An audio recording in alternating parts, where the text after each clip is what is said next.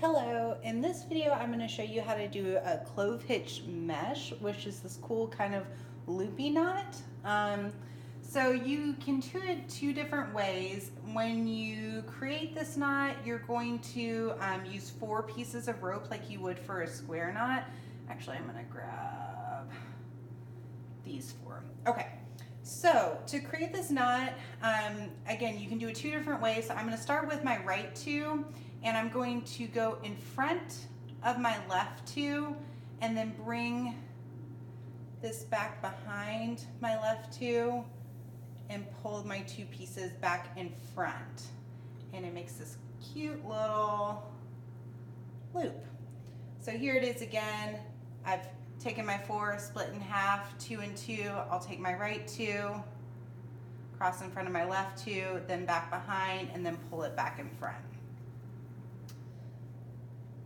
Just like that. You can also, if you want your tails to go in the other direction, you can just, instead of going around with your right 2, go around with your left 2. So I'll show you with these 4 right here.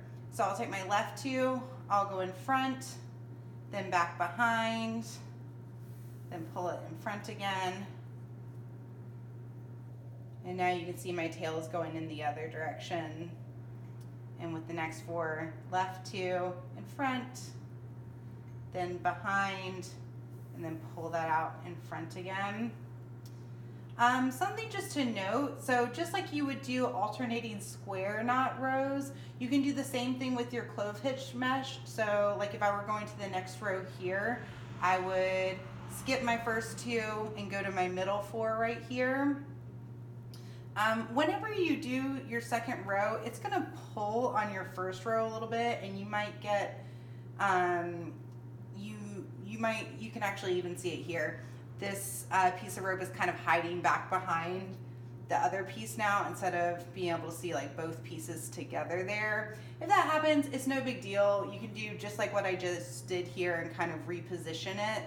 Again, same thing can happen like if you do like a row of horizontal clove hitch. Beneath it, it can just kind of tug on that a little bit and can cause it to hide behind there. Just go back and reposition it and you're good to go. So I hope you found this video helpful. Please let me know if you have any questions.